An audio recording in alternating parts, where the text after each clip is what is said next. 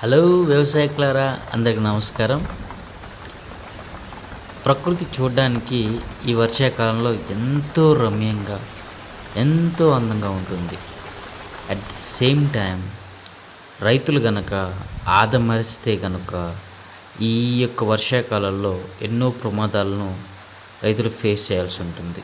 ఇంకా ఆలస్యం లేక ఇంటర్వ్యూ వేసేద్దాం.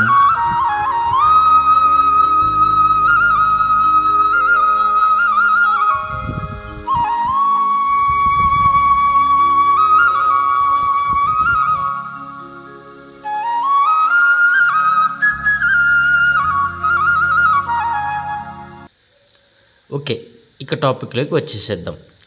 సో ఈ యొక్క ప్రమాదాలు ఏమిటి చూద్దాం. ఒకటి, పిడుగుపాటు. ఏంటి పిడుగుపాటు అంటే కనుక ఎక్కువగా అధిక వర్షాలు పడ్డప్పుడు ఈ పిడుగులు మనకి పడుతూ ఉంటాయి. ముఖ్యంగా వేసవి సమయంలో, పొలాల సమయంలో. ఇట్లాంటప్పుడు రైతులు ఏం చేయాలంటే మ్యాక్సిమం పొలాల్లో ఉండకుండా చూడాలి.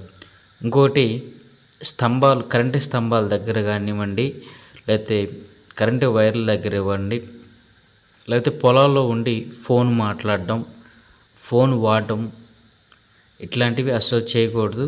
దీంతో పాటుగా పెద్ద పెద్ద కరెంట్ లైన్ల దగ్గర, ఇనుప స్తంభాల దగ్గర రైతు ఉండకూడదు. ఇంకా పెద్ద పెద్ద చెట్ల కింద అస్సలు ఉండకూడదు. ముఖ్యంగా పిడుగు పడే ప్రమాదాలు ఎక్కువ ఛాన్స్ ఉంటాయి. ఇంకా రెండోది వచ్చేసరికి కరెంటు తీగలు. ఏంటి కరెంటు తీగలు అంటే, నాకు తెలిసి కరెంటు తీగలని నేనైతే యమపాశాలని అంటాను. ఎందుకంటే 11 kV ఉంటుంది.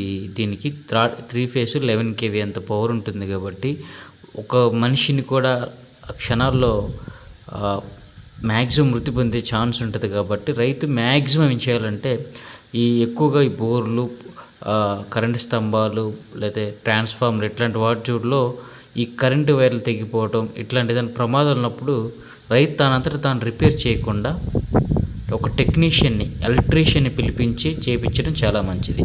ఇక మూడోది వచ్చేసరికి విషజీవులు. మ్యాక్సిమం విషజీవులు అంటే రైతుకు సంబంధించి పాములు, తేళ్ళు, పురుగులు, సాలేళ్ళు ఇటువంటివి వస్తాయి మోస్ట్లీ.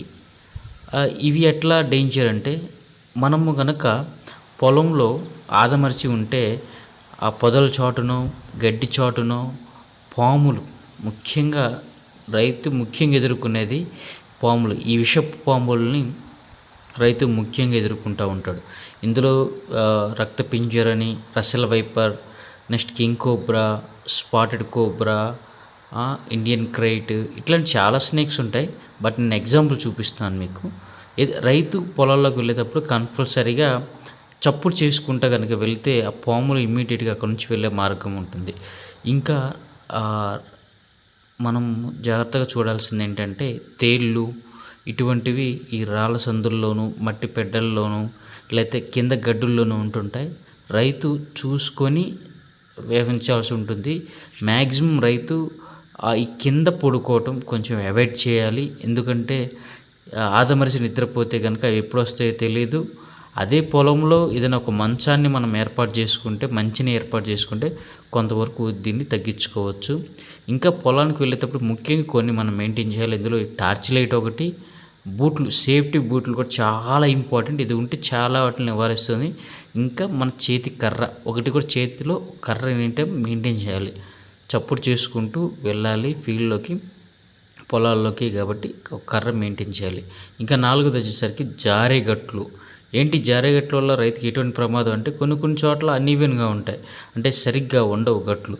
అక్కడ కనుక మనం ఆదమరిచామంటే జారి కింద పడిపోతే మనకి ఈ నడుములు బెనికే ఛాన్స్ ఉంది.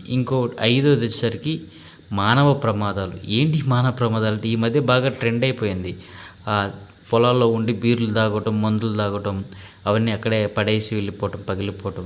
ఆ పగిలిన గాజు పెంకులు పాపం పొలం పనులు చేసే రైతులకు గుచ్చుకొని వాళ్ళ పాదాలకి అంతా రక్తమయం అవ్వటం, ఇట్లా చాలా జరుగుతున్నాయి. సో అది గాయస్, ఈ వీడియో మీకు నచ్చినట్లయితే లైక్ చేయండి, షేర్ చేయండి.